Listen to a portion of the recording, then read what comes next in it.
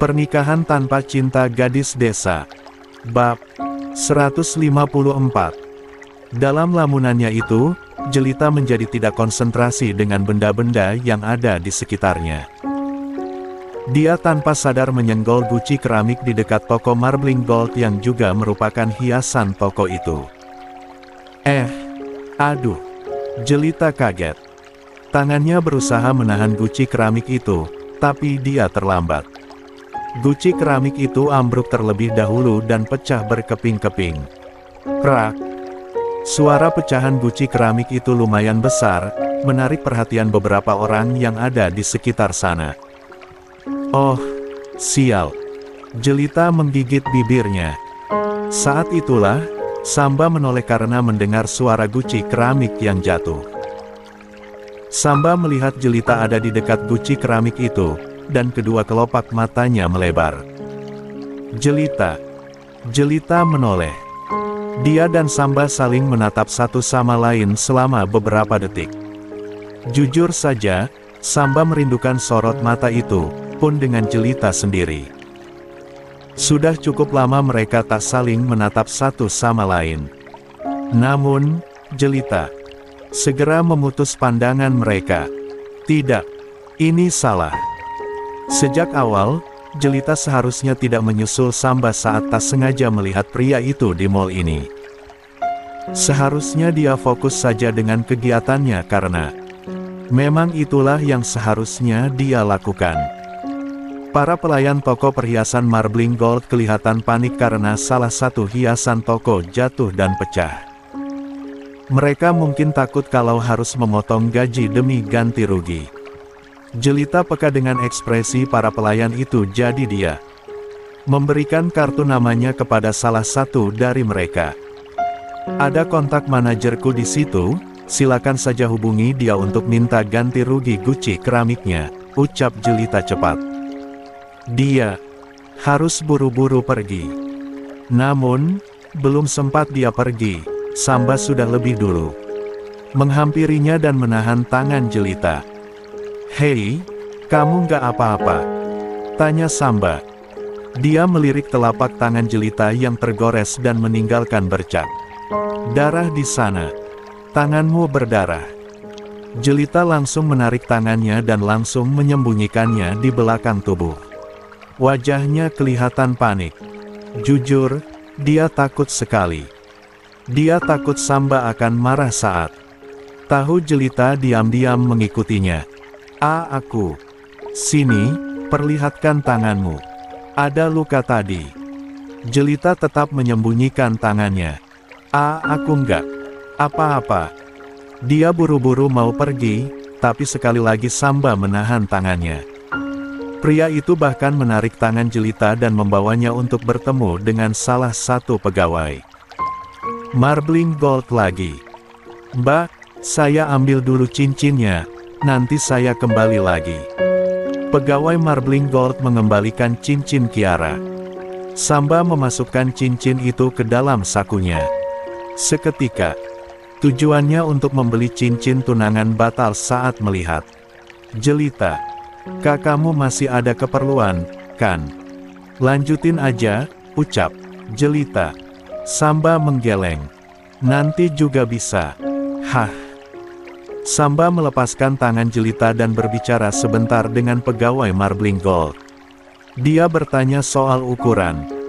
Cincin Kiara apakah sudah diukur diameternya atau belum? Sebab dia tidak punya banyak waktu juga. Saat itulah, Jelita mengambil kesempatan untuk pergi. Samba menoleh dan kaget saat melihat Jelita pergi. Dia langsung buru-buru meninggalkan nomor ponselnya kepada pegawai Marbling Gold. Mbak, nanti saya hubungi lagi. Permisi. Samba berlari mengejar Jelita, tetapi langkah wanita itu begitu cepat. Samba mengusap wajahnya, kesal. Cepat sekali. Dia kemana sih? Gumam Samba. Entah firasat dari mana, kaki Samba menuntunnya pergi ke parkiran mobil di basement mall. Dia bahkan tidak yakin Jelita ada di sana atau tidak. Namun, rupanya firasat Samba benar. Jelita baru keluar dari lift terakhir dan hendak menuju ke salah satu mobil. "Jelita," panggil Samba. Jelita menegang. Dia menoleh dengan leher kaku. Dia tidak menyangka Samba akan mengejarnya sampai ke parkiran. Sebenarnya Jelita juga tidak bisa langsung pergi meskipun masuk ke dalam mobil, sebab Inces masih di dalam mall. Samba langsung menarik lengan Jelita, mencegah wanita itu untuk pergi. Jelita kaget sekali, dia berusaha melepaskan diri. Aku mau pulang." Jelita berusaha mencari-cari alasan. Samba sengaja tak mendengar. Dia malah menarik tangan Jelita dan memaksanya masuk ke dalam mobilnya. "Masuk," pinta Samba. Jelita bingung. Masuk cepetan." Bahu Jelita didorong, tidak terlalu kuat, tetapi pada akhirnya dia pasrah dan masuk ke dalam mobil Samba. Perasaannya berkecamuk. Jelita takut terjadi sesuatu yang tidak diinginkan. Samba memutar ke samping dan ikut masuk ke mobil. Dia membuka dashboard mobil dan mengeluarkan kotak P3K kecil. Dari sana, Jelita terus memperhatikan dalam diam. Samba tiba-tiba mengulurkan tangannya, membuat Jelita mengerjap dengan ekspresi heran. "Tanganmu." Jelita bingung. "Berikan tanganmu yang luka tadi. Itu hanya goresan kecil kok." Samba menghela napas kasar. "Keras kepala sekali, sih." Samba akhirnya menarik paksa tangan Jelita yang terluka, membuat wanita itu mengadu pelan. "Sakit," katanya, "cuma goresan." Jelita terdiam, malu karena ketahuan sok kuat. Samba menarik jemari Jelita dan tiba-tiba menyedot darahnya dengan mulut. Jelita kaget, tapi badannya kaku. Dia tidak menarik tangannya sama sekali, membiarkan rongga mulut Samba yang hangat melingkupi tangannya yang sakit. Setelah melakukan itu, Samba membersihkan tangan Jelita menggunakan antiseptik, baru setelahnya dia menempelkan plester luka di atas luka gores yang sudah bersih itu. Wajah Jelita terasa panas. Dia tidak berekspektasi Samba akan melakukan itu.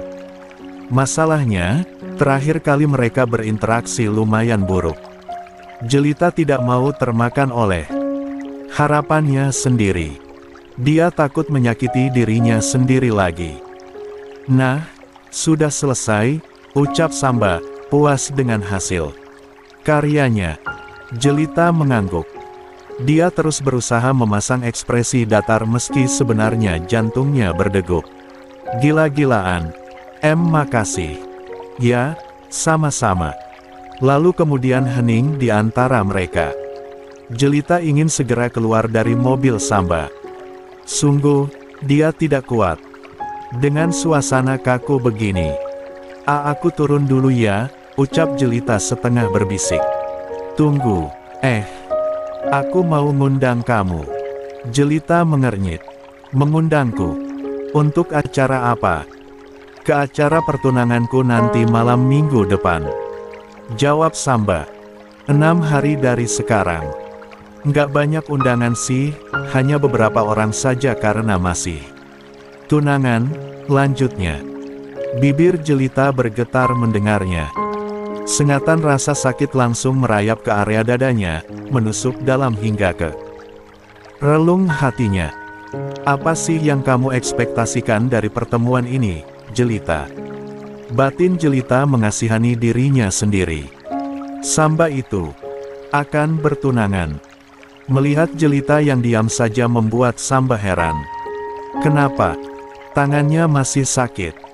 Pertanyaan Samba menyadarkan wanita itu dari lamunan menyedihkannya. Enggak kok." Samba mengangguk. "Oke, jangan lupa datang ke acara tunanganku." Jelita meremas jemarinya sendiri, berusaha menahan rasa sakit di dadanya yang bergemuruh. Sebenarnya mengapa Samba harus mengejarnya sampai ke parkiran lalu mengobati tangannya yang luka kalau pada akhirnya dia akan kembali melukai hati Jelita? Bahkan rasa perih berkat pecahan guci keramik tadi tidak terasa lagi saking sakitnya hati Jelita. "Maaf, kayaknya aku nggak bisa datang. Aku sibuk," jawab Jelita berusaha sesopan mungkin. Samba tidak boleh tahu kalau hatinya sedang kacau luar biasa. "Nggak bisa, kamu harus datang," sahut Samba. Jelita menggigit bibirnya. Dia sudah tidak kuasa menahan kesedihannya lagi. Memangnya kenapa kalau dia datang? Agar Samba bisa memamerkan kemesraannya dengan sang tunangan di depan Jelita. Kenapa harus? Kita cuma orang asing. Undangan itu nggak boleh ada paksaan. Sudah menjadi hakku untuk datang atau tidak ke acaramu, balas Jelita sedikit ngegas. Samba sedikit terkejut mendengar suara Jelita meninggi. Namun, dia sangat mahir menyembunyikan perubahan ekspresinya. "Aku mau kamu datang." "Stop, Samba. Jangan bertingkah seenaknya. Apa sih yang kamu harapkan dengan kedatanganku di acara pertunanganmu? Kamu mau lihat aku nangis di sana? Meraung tak tahu malu karena kamu bertunangan sama perempuan lain." "Fine. Aku akan datang sesuai dengan permintaanmu." Rusak. Seluruh emosi yang berusaha dia tahan-tahan dengan topeng ekspresi datarnya rusak tak bersisa. Jelita sudah tidak tahan lagi. Matanya mulai berkaca-kaca. Mengapa Samba harus sejahat ini dengannya? Mengapa Samba harus sekejam ini menyakiti hatinya? Jelita tidak bisa terus berlama-lama di sana. Dia bergegas untuk turun dari mobil Samba. Tidak ada gunanya terus berhadapan dengan pria itu, yang ada hatinya malah akan semakin sakit. Namun lagi-lagi, belum sampai Jelita berhasil kabur. Samba mencekal lengannya dengan begitu erat. "Lepaskan, mau apa sih Kam?" Kalimat Jelita tak pernah selesai. Samba sudah lebih dulu membungkamnya dalam sebuah kecupan. Jelita syok berat. Kedua tangannya ditahan erat-erat oleh Samba, seolah mencegah wanita itu untuk mendorong dadanya. Bibir Samba terasa dingin di permukaan bibir Jelita. Tapi dia merasa familiar dengan rasa ciuman ini. Kecupan yang awalnya hanya diam di atas permukaan bibir Jelita mulai berubah kala Samba menggerakkan bibirnya. Kecupan ringan itu mulai diperdalam. Samba membuka mulutnya dan berubah memagut bibir Jelita. Jelita mengerang. Hatinya terluka semakin dalam. Kedua pergelangan tangannya yang ditahan begitu erat oleh Samba seolah tak terasa sakit sama sekali. Hatinya justru lebih sakit. Jelita berusaha mendorong dada Samba meski akses tangannya terbatas. Dia benci Samba. Dia benci mengapa dirinya harus jatuh cinta begitu dalam kepada Samba. Sialnya, Samba tidak mau melepaskan pagutannya sama sekali. Pria itu malah semakin memperdalam tautan bibir mereka. Jelita yang frustrasi dan juga sedih luar biasa menyerah untuk melawan. Baiklah, jika memang Samba mau seperti ini. Jelita tak lagi memberontak, sebaliknya, dia malah membalas ciuman Samba. Gerakan bibir mereka berantakan, sebab bukan kasih sayang yang mendasari ciuman itu melainkan obsesi satu sama lain yang tidak bisa direalisasikan. Samba dan Jelita sama-sama sakit. Mereka terbawa suasana dan Samba mulai melewati batas. Tangannya yang tadi menahan pergelangan tangan Jelita telah berpindah ke pinggang wanita itu, siap untuk menjamah lebih jauh. Namun, di tengah situasi panas itu, sekelebat ingatan dan perkataan Rahmat mendadak terlewat di ingatannya. "Jangan sampai membuat mamamu menangis lagi, Samba." Kalimat itu mendadak terngiang-ngiang di telinga Samba, lalu detik itu juga dia tersadar dan langsung mendorong bahu Jelita hingga tautan bibir mereka terlepas. Benang selaiva menggantung di antara bibir keduanya. Dia melihat Jelita yang sudah berantakan karena ulahnya. Samba mengusap wajahnya penuh frustrasi. Apa yang sudah kulakukan? Batinnya. Aku akan mengantarmu pulang, ucap Samba. Berusaha biasa saja.